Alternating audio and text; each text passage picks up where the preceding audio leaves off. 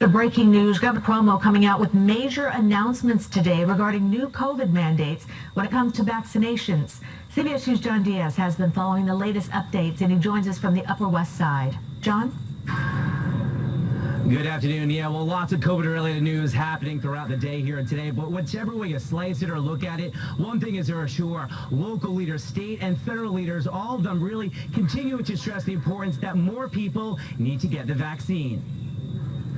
President Biden is reported that he's going to announce soon that all federal employees must be vaccinated or get tested.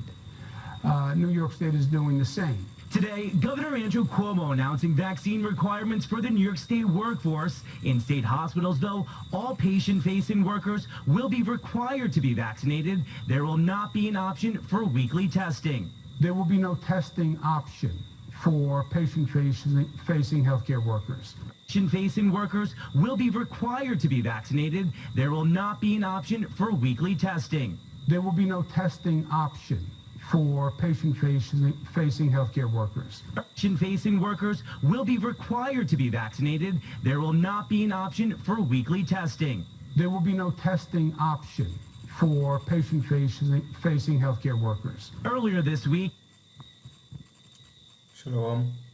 First and foremost, want to give all praise to our Yahweh Shem Yeshai Boshem Kakodash. Call Halayim Yahweh Shem Yeshai Boshem Kakodash. That's in the ancient Hebrew, saying all praises to Yahweh in the name of Yahushua in the name of the Holy Spirit.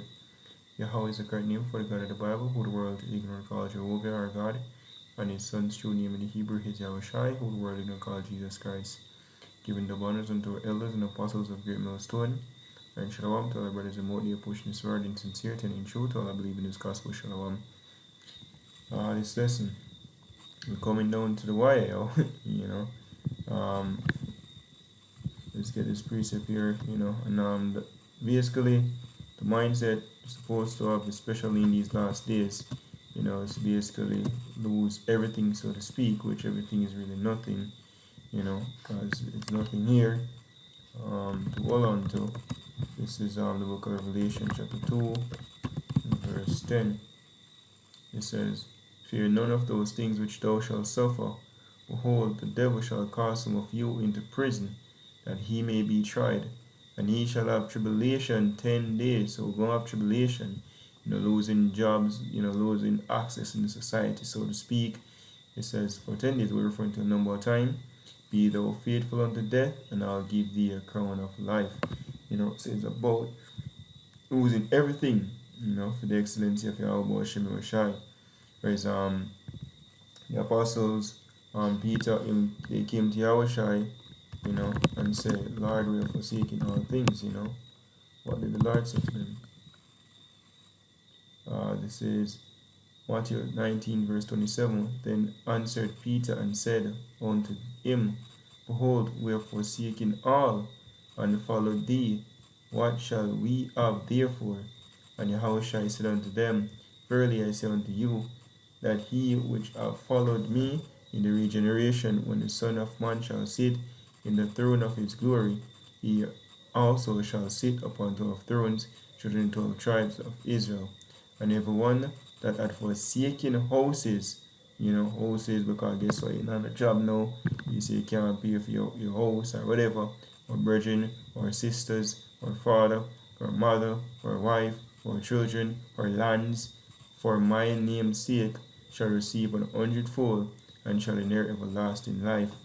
So if you basically neglect everything that we have, because we know we're not supposed to do that job, ultimately coming down to the chip, you shall inherit everlasting life, basically being delivered, right? And that's just the passage that I have to go through, the straight gate that Yahushua mentioned, This is the book of 2 Ezra, chapter 7, verse 1. And when I had made an end of speaking these words, there was sent unto me the angel which had been sent unto me the nights before. And he said unto me, Up, Esdras, and hear the words that I am come to tell thee. And I said, Speak on, my power. Then said he unto me, The sea is set in a wide place, that it might be deep and great. But put the case, the entrance were narrow, as like a river, who then could go into the sea to look upon it and to rule it? If he went not through the narrow, how could he come into the broad? There is also another thing. A city is builded and set upon a broad field, and is full of all good things. The entrance thereof is narrow, and is set in a dangerous place to fall, like as if there were a fire on the right hand, on the left a deep water, and only one path between them both, even between the fire and the water, so small that there could but one man go there at once. If the city now were given unto a man for an inheritance, if he shall never pass the danger set before it, the danger, losing all things, making our body a living sacrifice, and even up to the point where we can lose his whole life, right? That's a danger set before it. How shall he receive this inheritance? And I said, It is so, Lord. Then said he unto me, Even so also is Israel's portion.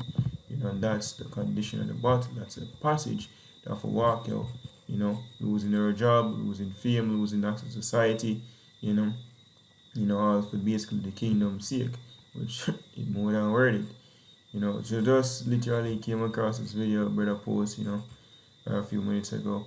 Now I'm spirit just leaving to a quick lesson on it, the passage, the narrow passage, the entrance, right, to enter in the kingdom of heaven, as Yahushua said, if you come on him and forsake that brother, in his own life,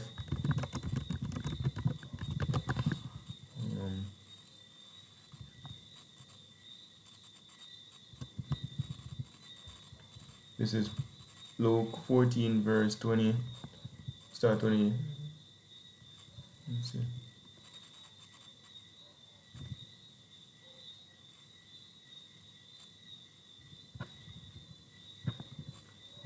For a different point.